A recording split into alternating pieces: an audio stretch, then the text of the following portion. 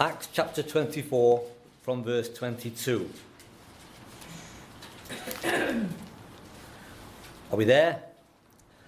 Right. And when Felix heard these things, having more perfect knowledge of that way, he deferred them and said, When Lysias, the chief captain, shall come down, I will know the uttermost of your matter.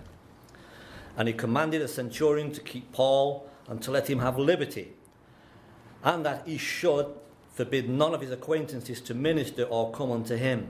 And after certain days, when Felix came with his wife Drusilla, which was a Jewess, he sent for Paul and heard him concerning the faith in Christ. Verse 25.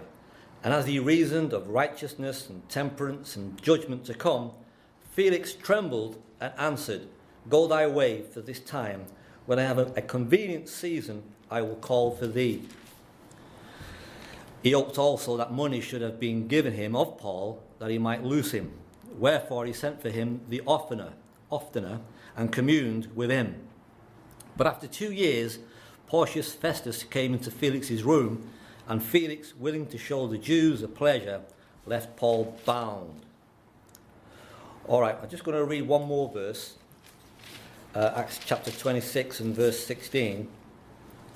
Just want to read that.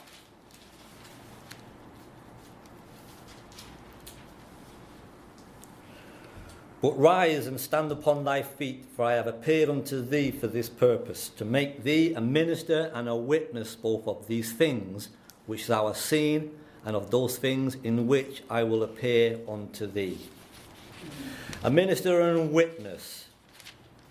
You know, again, when we hear the word minister, it's kind of give reference to those stood behind the pulpit on a Sunday morning, or those who have made it their vocation, if you like, their life to serve the Lord. Which is correct, but in essence and the reality, we're all ministers of the gospel, and we're to bear witness to the gospel, and we can only bear witness to the gospel if it's a reality in our lives. If it's not a reality, if it's just words in a book, which has become for so many who profess faith in Bible-believing Christianity, then it's just words. These words need to be applied. There needs to be an application. There needs to be a living. We need to be bearing witness to the words of God. Now, the apostles had written the epistles because they bore witness to Christ. So to them, it wasn't just theories. It was practical living. It was their outwork. It was their outworking of what God had put into them. And Paul, the great apostle writer, if you like, who written most of the New Testament, he put down all of this practical outworking that he had in his life into epistles for us to do the same, to bear witness to the life of these epistles. The whole of the Bible even, all right? Because it all fits in somewhere, whether it's type or whether it's shadow or whether it's for us, you know, to live by or to something to learn by. It's all there in the letters, the Bible.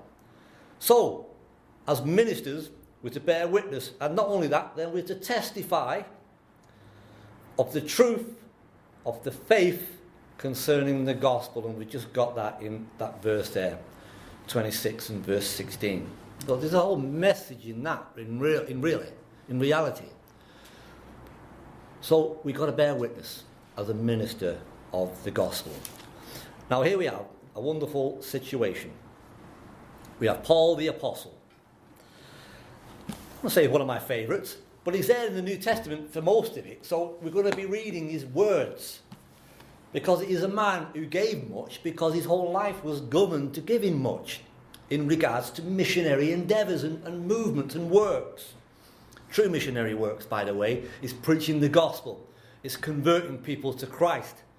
The social side of missionary work, you know, the orphanages and etc. and all that, which is part of it.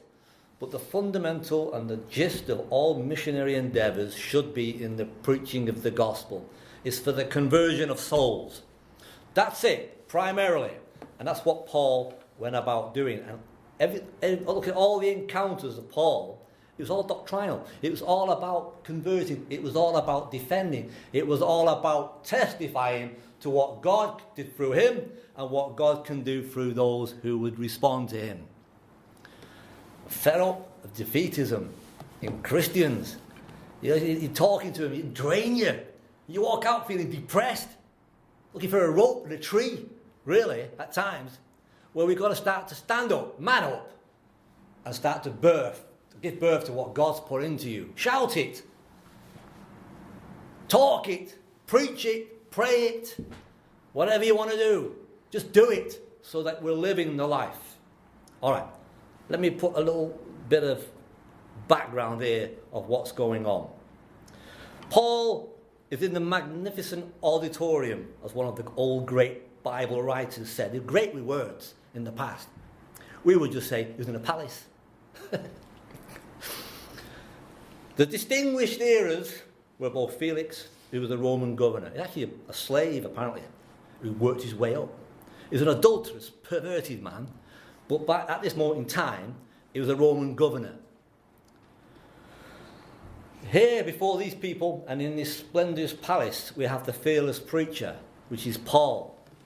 Even though he stood before two people, he was primed, prepped and ready to give a defence of the hope that was in him, at personal cost. And then you have the alarming sermon. The message that he gave was probably not what Felix and Drusilla had hoped for, especially in light of judgment with the pair of adulterers. And not only that, the pitiful conclusion. We won't do nothing today, but go away and we'll hear again while we'll think about it. We'll think things through. Well, I've heard that before, have you? I've heard it thousands of times. All right, so can we make any more on that little intro? Yes, we can. Paul was ready to preach Christ whenever an opportunity appeared before him. Not only that, he was prepared to preach Christ when it was not convenient. The man was a prisoner.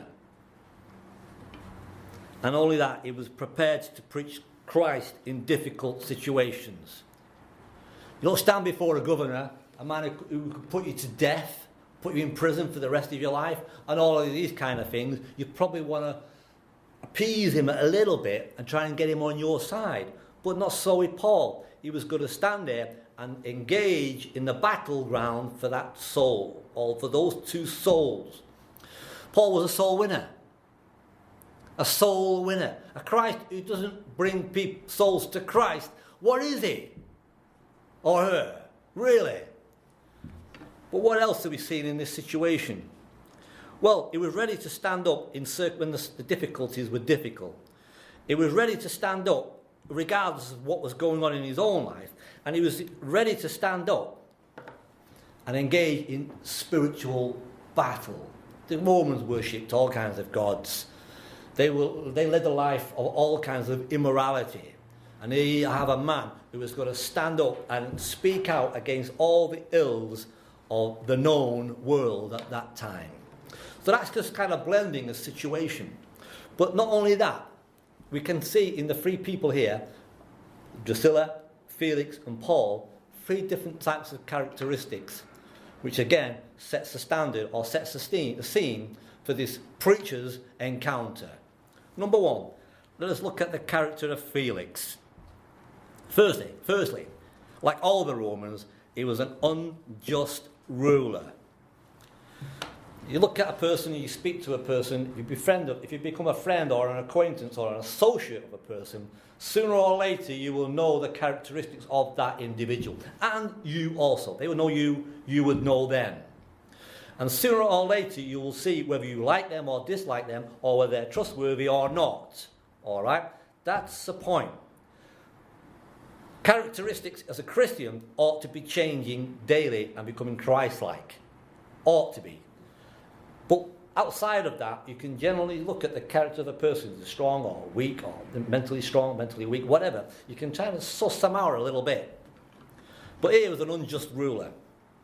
He was a man who liked his luxury and his sensual pleasure. I won't get involved with that one. Having a habit to procrastinate. It wasn't just here, it was his kind of like characteristic